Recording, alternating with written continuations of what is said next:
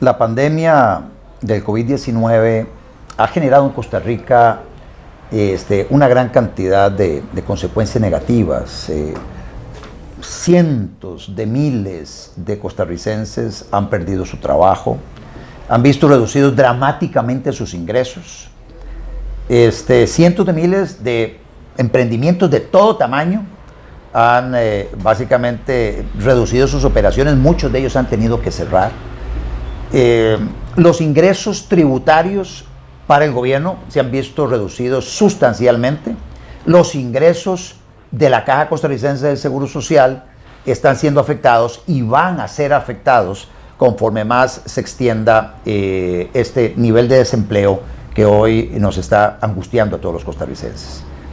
Para hablar sobre qué hacer para reconstruir el tejido empresarial, para salir de este abismo, de este hueco tan profundo en el que estamos, he decidido invitar al presidente de la Unión de Cámaras, a don Álvaro Sáenz, quien hace pocos meses asumió la presidencia de la Unión de Cámaras, que es esta organización sombrilla que aglutina a una gran cantidad de cámaras empresariales. Bueno, ¿y quién mejor que Álvaro Sáenz para que nos diga qué está planteando, don Álvaro, la Unión de Cámaras, la cúpula del sector empresarial a gobierno, para ver de qué manera empezamos a reconstruir el tejido empresarial para generar los puestos de trabajo que permiten reducir sustancialmente los niveles de desempleo que tenemos hoy y que las familias otra vez vuelvan a tener unos ingresos para poder satisfacer sus necesidades básicas. Bueno, muchas gracias por invitarme. Yo creo que en la Unión tenemos claro de que el sector privado es el que produce la riqueza del país, ¿no? Más estadísticamente produce el 87% del empleo, 100% de las exportaciones, el 90% del Producto Interno Bruto. Entonces, si el sector privado se le considera un sector más, estamos mal. Es el sector de la economía, es el que produce. Este sector está compuesto por pequeños, por medianos, por grandes, por profesionales independientes, ¿verdad? Y por la economía formal. También existe la economía informal, que es muy grande en el país, desgraciadamente, ¿verdad? Es 1 millón de personas y eso está dañando muchísimo también a la sociedad como todo. No por las personas, sino por la imposibilidad de esas personas de ser formales y pagar. Entonces, en la Unión, cuando empezó antes de que empezara esta crisis, ¿verdad? Nosotros vimos la necesidad de hacer un congreso en empresarios, que lo hicimos el 25 de febrero de este año. Apenitas, anticos de que empezara en Costa Rica las medidas de confinamiento. Sí, claro, acordémonos que el primer caso en Costa Rica fue el 6 de marzo. 6 de marzo, es sí. muy reciente. Así es. Parecieran como 2 años, ¿verdad? Ajá. Pero 2 meses y resto, o 3 meses y resto. Entonces, hicimos un congreso para que cada sector en la economía, los dividimos en 9, de las 50 cámaras que están en la Unión, derivara una agenda de reactivación económica. ¿De dónde? De las entrañas del sector privado. Ajá. Y la tenemos lista. Vamos a entregarla al presidente de la República y a los diputados dentro de la semana entrante.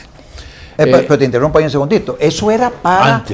Antes de la... ¿Reactivar? Reactivar antes porque estábamos jodidos antes. Bueno, que ¿de dónde venimos? Nosotros venimos de un 7% de déficit fiscal, venimos de un 60% de endeudamiento, venimos de un 12,5% de desempleo, ¿verdad? En las zonas rurales hasta un 25%, venimos de 1 millón de personas en la informalidad, venimos de una situación complicada. Eso era antes. De que se diera el primer caso el 6 de marzo. El COVID nos agarró una tormenta perfecta. Sí. Eso es lo que es una tormenta perfecta, una situación precaria.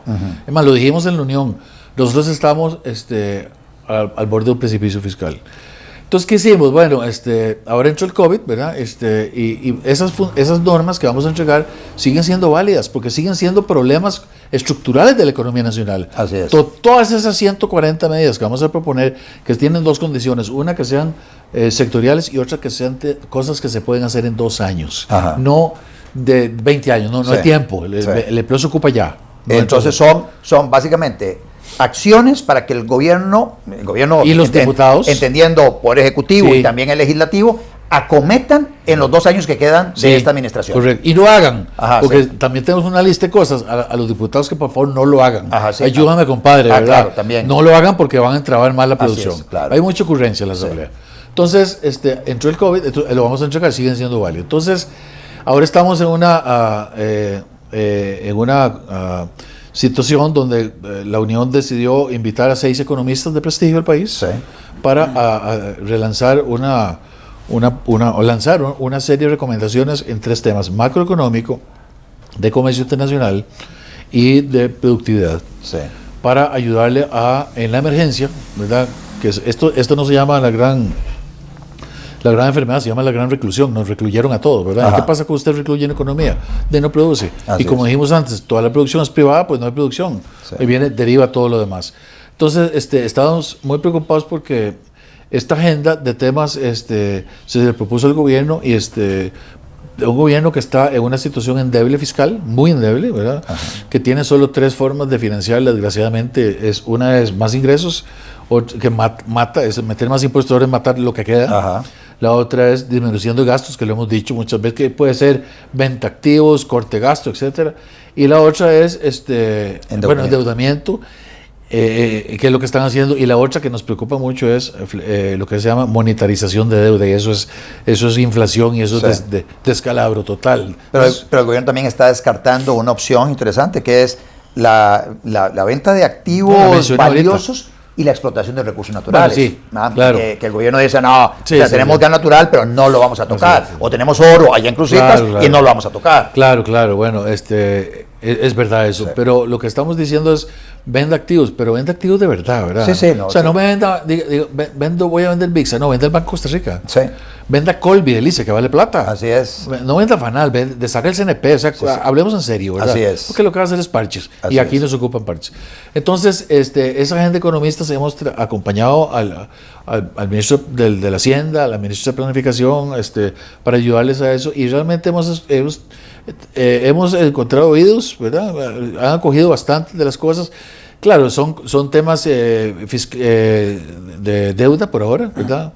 Pero vamos a ver cómo le entran fuerte a lo que es reforma del Estado. Veremos si tienen la capacidad ideológica y activa, porque a doña Pilar Garrido y a don Rodrigo Chávez le hemos dicho, y a don Rodrigo Cubero también del Banco Central, estamos para ayudarle al país. Sí. Queremos cooperar, pero si no salimos todos, si no aportamos, no vamos a salir. Igual hicimos convenios para los protocolos de apertura con el INCAE, igual estamos trabajando con Horizonte Positivo AED.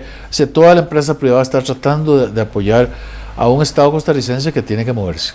Sí, yo lo que siento, don Álvaro, es que a nivel de gasto público, reducción de gasto público, no ve uno una vocación del gobierno. Además, de hecho, en el anuncio reciente que hizo el presidente, lo que dice, bueno, voy a reducirme un 10% mi salario para luego llegar y decir unos días después de que legalmente no era posible.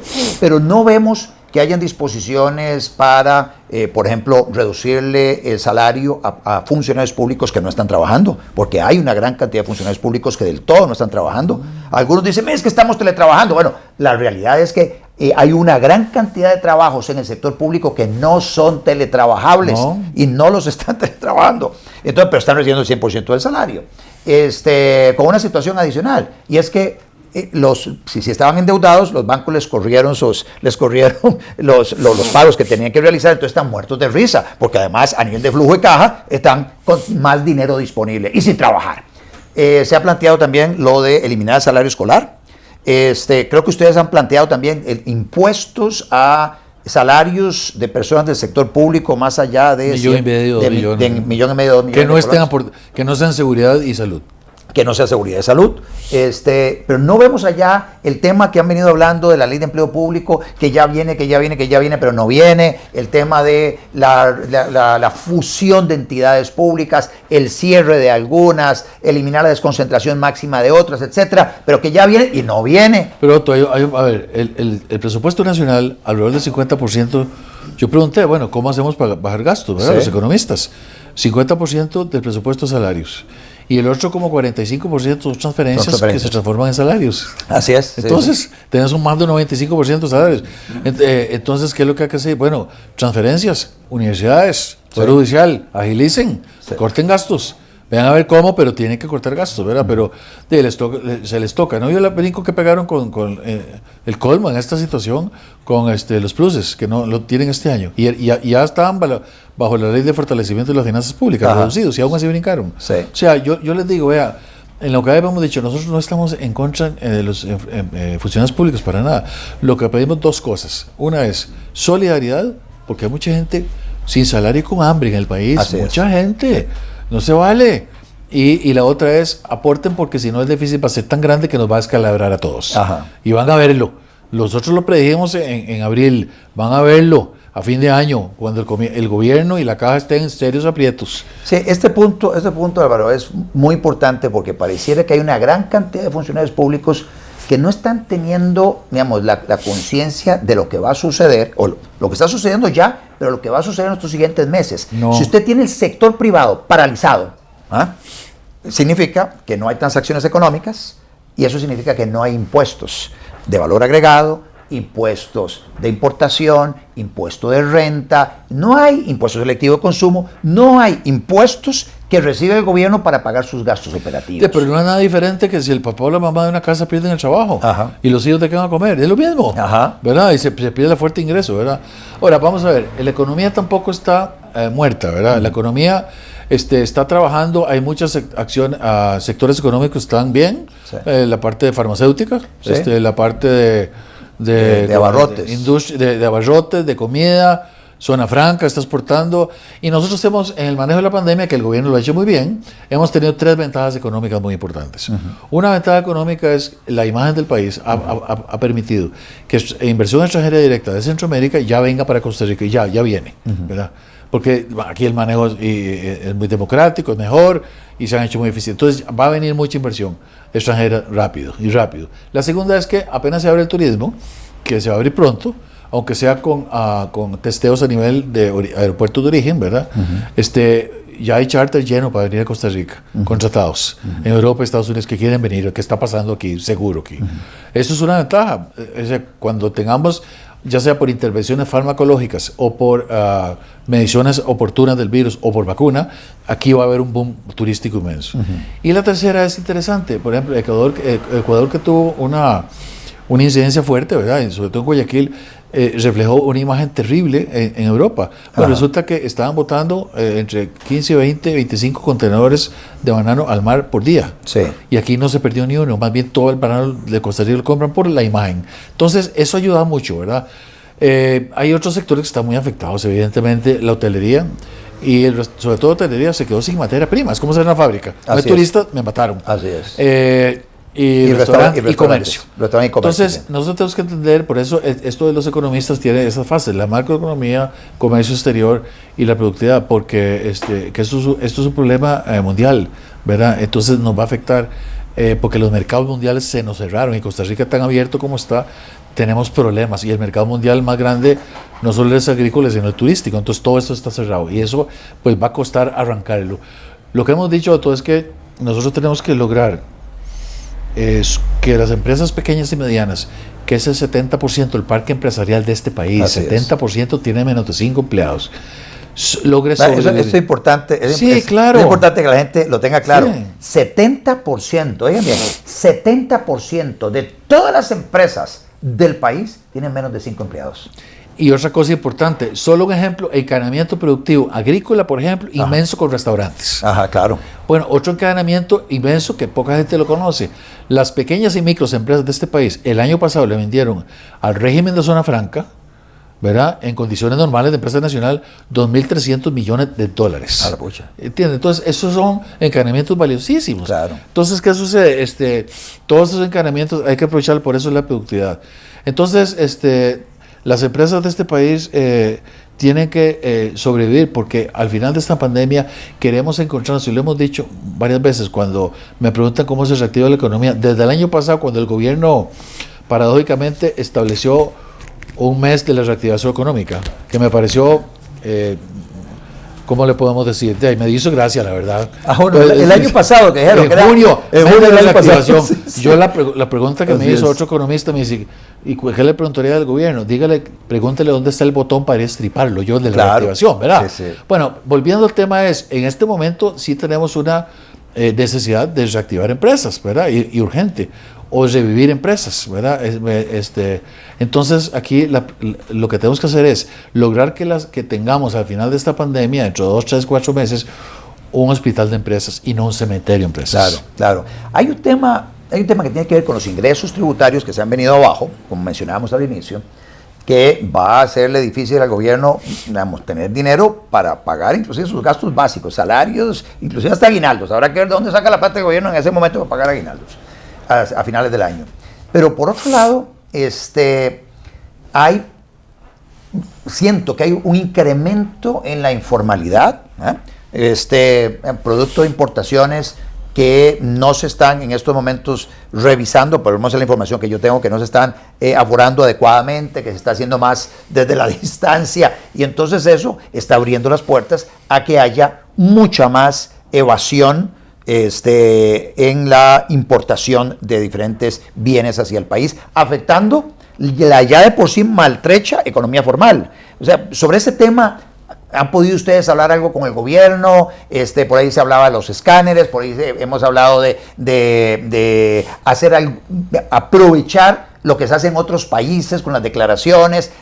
¿Qué se ha planteado sobre ese tema? Bueno, nosotros en la Unión de Cámaras representamos a la economía formal. Sí. Por lo tanto, el contrabando y el comercio ilícito es un inmenso enemigo de la economía formal. No solamente porque no nivela el piso, es una competencia injusta injusta es una competencia desleal, no injusta, porque no existe la competencia injusta. Existe la competencia desleal, es una competencia desleal inmensa. Entonces lo que dijimos es, bueno, nivelemos la cancha, ¿verdad? Entonces existe una inmensa contrabando artesanal en el país, ¿verdad? ¿Qué es lo que se llama eso? Y pasa por las aduanas del país, no pasa por las fronteras, en trochas, en caballos, no pasa por las aduanas de este país. Sí. Que es que Costa Rica fue signatario de lo que se llama el Acuerdo de Facilitación de Comercio hace muchos años, que incluye un marco SAFE. O sea, marco SAFE es el marco de seguridad que implica la transmisión anticipada de datos para que la aduana de Costa Rica tenga la información que el exportador, no que el importador digitó aquí, que el exportador le transmitió a la aduana de salida para que esto ingrese a la aduana de entrada. Básicamente todo el detalle de lo que está exportando. La factura, cantidades, precios. Sí. ¿Verdad? En este momento no está sucediendo eso. Las navieras transmiten nada más el manifiesto, cuántos bultos. Eso se presta a muchos juegos de papeles. Claro. Y eso está dañando inmensamente el comercio leal. Pero también es recaudación fiscal, ¿verdad? Inmensa. ¿Y qué es lo que sucede? Cuando usted tenía un millón de personas en la informalidad, más 300, parte de eso de informalidad, 309,000 personas en desempleo. Más usted le mete 200, ya vamos por 220,000 personas adicionales en desempleo, solo turismo, más restaurantes, solo eso ya son más el encadenamiento, pero digamos 200,000. Ya tiene 500,000 personas, más el millón de personas. A mí el otro día me dicen, don Álvaro, ¿cuántas personas hay en la informalidad del país? Y yo le preguntemos al revés, ¿cuántas quedamos trabajando? ¿Verdad? Así es. Sosteniendo esto, es al revés, contémoslo al revés. Entonces, todas estas personas que están en la informalidad ahora, y no porque quieren, sino porque no pueden formalizarse, porque hay mucho trámite, es increíble la estupidez de tramitología de este país, el costo y el peligro de represalias. Claro. Porque vos te vas a formalizar y tenés una sodita que tenías 3 personas, me voy a formalizar, me voy a pagar impuestos para acá. Sí. Entonces llega la caja, te cae y te cobra desde que abriste hace 5 años y te quebró al día siguiente. Así es. O sea, en vez de, por favor, tenemos sentido común. Entonces, nosotros lo que hemos dicho es, esa gente que está en la informalidad, ahora con factura electrónica, consume bienes ¿de a dónde? Si no puede comprar con factura electrónica, del contrabando, del que mencioné antes. Sí, claro. ¿Verdad? Entonces, y el contrabando, desgraciadamente, una parte es caldo de cultivo para el lavado de dinero y que no le conviene a nadie. Entonces, por eso nosotros hemos dicho, pongamos los sistemas que ya tenemos, las leyes que ya tenemos en las aduanas para frenar eso y todo el mundo va a salir mejor. Y nivelamos la cancha y también el gobierno tiene ingresos legítimos, ¿verdad? Pero frescos también. La relación de UCAEP con el gobierno, ¿qué tal es? Anteriormente yo había sido muy crítico de cuando Gonzalo Delgado estaba al frente de la UCAEP, pues sentía que la Unión de Cámaras era demasiado condescendiente con un gobierno que no estaba haciendo lo que tiene que hacer para mejorar el entorno para el sector productivo, de tal manera que pueda generarse mucho más puestos de trabajo, que la gente pueda tener salarios reales y salarios reales crecientes, o sea, que el nivel de bienestar sea mayor y entonces básicamente reducir los costos de formalización para que más gente se formalice, etcétera. La reforma del Estado, la venta de activos, puntualizando qué activos se pueden vender, etcétera. Sentí que la Unión de Cámaras, a principios de esta administración, le faltó esa fuerza para marcarle la cancha al Ejecutivo, al mismo tiempo decir, mire, Ejecutivo, si usted camina en esta dirección, vamos juntos, hagamos estas reformas que le convienen al país. Usted está aquí en esto porque le conviene al país. ¿Cómo ha sido esa relación de la UCAEP en el pasado, cómo es ahora? Porque lo veo a usted ahora como representante de la Unión de Cámaras mucho más mediático, o sea, mucho más ocupado, no solo preocupado, sino ocupado, en ver de qué manera el gobierno abraza las propuestas que la Unión de Cámaras está planteando desde hace algunos meses. Bueno, yo fui vicepresidente de la Unión de Cámaras en 2014, 13, 14, 15, y me salí precisamente, renuncié, porque la Unión de Cámaras apoyó, avaló el Código Procesal Laboral. Terrible. Sí, terrible. Bueno, entonces yo no podía estar ahí, me fui. O sea, no es que la Unión siempre está a favor de... A veces se ha desviado, pues. Sí. Entonces yo me peleé. Entonces me fui y yo no puedo estar aquí cuando logré con la presidenta Chinchilla, se vetara posteriormente, sí. Bueno, ya sabemos toda la historia. Tuvimos que hasta llegar a una ley de huelga finalmente, ¿verdad? Así es. Entonces, ahora me invitaron en el 2018 a volver, ¿verdad? Sí. Pues ayudar al país un rato. Y Gonzalo el presidente, y se hizo mucho. O sea, lo que pasa es que Gonzalo tiene su estilo, ¿verdad? Pero no voy a hablar del estilo personal de él, el mediático. Lo que sí hicimos mucho fue porque nos encontramos en un país, que ya yo conocía la situación, que estaba al borde del precipicio fiscal. Sí. Entonces dijimos, bueno, aquí tenemos dos caminos, o ampliar la base tributaria y a cambio de eso exigirle al gobierno corte de gastos fuerte, así es. O perdemos las empresas. Sí. Es tan fácil como perdemos las empresas. Entonces, digo, bueno, ampliemos la base tributaria. ¿Qué se llama eso? Ampliar el IVA, transformar el impuesto de venta de valor agregado, porque los servicios no pagaban, ahora sí pagan. Transformar las ganancias de capital de ventas de activos, que Costa Rica se pagaba cero, ¿verdad? Yo también considero que era una barbaridad, por ejemplo, Guanacaste lo vendió el país, si cobraron 5 impuestos, ¿verdad? Y de transmisión a extranjeros, ¿verdad? Y yo no estoy hablando de mucho impuestos, un 2.25% lo que se cobra ahora.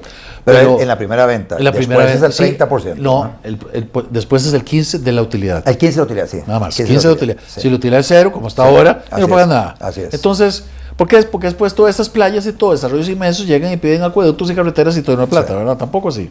Entonces, ampliar la base tributaria era importante. Y a cambio de eso, córtame los gastos. Y logramos la regla fiscal, el decrecimiento de gastos importante, se logró todo eso. Entonces, ese fue el trabajo de la Unión, porque yo estuve a cargo del presidir el comité, la comisión fiscal, y me tocó negociar con el gobierno, con la ministra anterior, Rocío Aguilar, y negociamos bien, la verdad, conscientemente con diputados para salvar al país. Después se vino este problema con Gonzalo y salió, pero fue una cosa interna, creo yo, personalidad, de gobernanza, pero bueno, yo incluso estaba fuera del país, y cuando llegué, habían renunciado al presidente y el vicepresidente, y me cayó esto, es como ser el príncipe Harry, de repente se muere la reina y el príncipe y se le cae uno encima. Fue una cosa muy rara, pero bueno, yo asumí y recompusimos la UCAE, volvieron cámaras, casi todas, hicimos el Congreso Empresarial para recomponer la Unión y tener la agenda que describí hace un rato, y entró el COVID, y estoy proponiendo agendas con los economistas, ¿verdad? Como mencionaste, con INCAE un poco, la parte de protocolos de apertura, y la comunicación del presidente. Hicimos un comité de enlace con el presidente para que estuviera la cúpula de UCAE, los 3 vicepresidentes del presidente, con 4 cámaras importantes, grandes, que no estaban algunas en la Unión, como CADESCO, como Comercio y Agricultura e Industria, que sí están, y nos reunimos varias veces con el presidente, con los ministros, y creo que han entendido, porque han implementado hasta ahora mucho de lo que propusimos. Vamos a ver cuando el hueso se ponga duro de roer, que es, hay que entrarle al Estado costarricense, demasiado caro, demasiado grande, demasiado desordenado. La ministra de Planificación, Pilar Garrido, nos ha ofrecido y nos ha prometido y nos ha enseñado partes de lo que es la ley de empleo público, que es muy urgente, no solamente para armonizar el Estado, sino para hacerlo eficiente. Sí. Hay duplicaciones por todo lado, hay ineficiencias por todo lado, hay un montón de gente que no es bien evaluada y sigue permaneciendo en su puesto toda la vida, ¿verdad? Hay que acabar con todo eso y hay que recompensar al bueno y castigar al malo, y no se puede ahora. Sí. Eso es urgente, ¿verdad? Sí. Sí, y esa diría usted que es la agenda en estos momentos más urgente. Tiene que ver, uno, reducción de gasto público y digamos, reforma del Estado en todo eso, y luego lo otro que son digamos, mensajes muy claros en relación a abrir nuestra economía, monopolios que todavía hay, que hacen que la electricidad sea más cara, que combustibles sea más caro. Sobre todo monopolios estatales. Sí, hay monopolios estatales. Así es. Energía, combustibles y electricidad. Así es. ¿Verdad? Y después ponerse serio en venta de activos. Hay que bajar la deuda vendiendo activos. Y a mí cuando me dicen, es que las joyas de la abuela. O sea, cuando usted las joyas de la abuela las tiene empeñadas y debe el 100%, ¿cuáles joyas? Por Dios, ya las perdiste hace rato. Así es. ¿Verdad? O sea, el ICE de $4,000 millones. ¿Cuáles joyas? Sí. Seamos realistas. Sí, usted sabe que esa deuda del ICE podría bajarse sustancialmente, uno, si se renegocia, a más plazo, a mucho más largo plazo. Dos, ¿verdad? Si se titularizan los flujos de caja de activos productivos que tiene el ICE, como son las represas, las líneas de transmisión. Usted a nivel internacional, o sea, puede abrir a inversionistas, porque en estos momentos los inversionistas, por ejemplo, la gente que tiene dinero y deposita en algún banco en Europa, en Estados Unidos, está recibiendo, inclusive le están cobrando por depositar en el banco, o sea, las tasas que están pagando ya son cercanas a cero o negativas. Lo que pasa es que eso amarra al Estado del futuro y no les gusta. Sí, ¿ves? Entonces, si usted titulariza, recoge ese dinero, paga la deuda, entonces esa deuda al reducirla ya no se la tienen que trasladar a los consumidores, ahí abre el mercado. ¿Sabe lo que pasa, Otto? Vea, la gente no sé si tiene clara perspectiva. Costa Rica paga $3,000 millones al año en intereses. Sí. ¿Cuánto podríamos hacer con eso? Por eso es importante bajar la deuda. Claro. Para bajar los intereses. Y estamos pagando un 8,5% de interés, que es una locura, ¿verdad? Pero además, vendamos activos para bajar la deuda. Claro. Sí. ¿Verdad?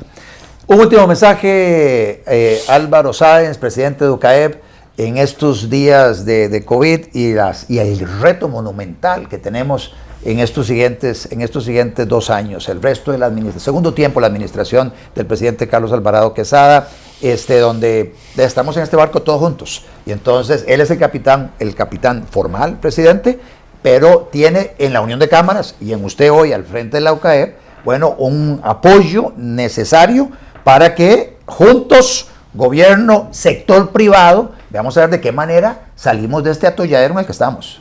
Vea, yo diría 2 mensajes muy cortos. Uno es que entiendan que la empresa privada en este país, ¿verdad? La empresa privada en este país son los pequeños, los medianos, los grandes, trabajadores independientes. Y tenemos que ayudarles a ellos a salir. Porque si no, la economía no va a salir, la caja de seguro social no va a salir. Una economía débil no puede pagar la seguridad social que tenemos hoy. Es imposible. Entonces, ayudémonos. La otra es que las personas, las organizaciones y los países se forjan y se prueban en las crisis. Veamos a ver si como país y como sociedad y como gobierno lo logramos hacer, porque en la crisis destapa las cosas buenas y las cosas malas. Y como el presidente ha dicho, que él lo ha dicho, pues lo escucha, él no tiene futuro político ni quiere tenerlo perfecto. Entonces hagamos las cosas y a los diputados, ¿qué hay que hacer? Porque no tenemos más tiempo como sociedad. Y nos llegó la crisis, aprovechemos la crisis. Ni modo, lidiemos con ella y salgamos más fuertes de ella como sociedad. Aprovechemos la crisis. La crisis nos abre las puertas a muchísimas oportunidades. Ya muchas cosas están cambiando. La educación no va a seguir siendo igual. A través de la tecnología va a haber más tecnología en lo que es educación, va a haber más tecnología en lo que son reuniones. Hay cadenas de valor que están siendo, modificadas. En fin, hay muchos cambios que esta crisis nos ha motivado, y son cambios que mejoran la calidad de vida de todos nosotros. Hay grandes retos por delante. Espero que el gobierno no desaproveche el acompañamiento que UCAEP le está ofreciendo y que en estos siguientes 2 años hagamos las reformas estructurales que durante muchísimos años se han debido hacer y se han pospuesto. Aprovechemos ahora este impulso para finalmente dejar Costa Rica para el 2022 bien equipado para aprovechar un montón de oportunidades que se le pueden abrir al país si hacemos las cosas bien. Muchísimas gracias. Y muchísimas gracias, Álvaro. Muchas gracias por la invitación.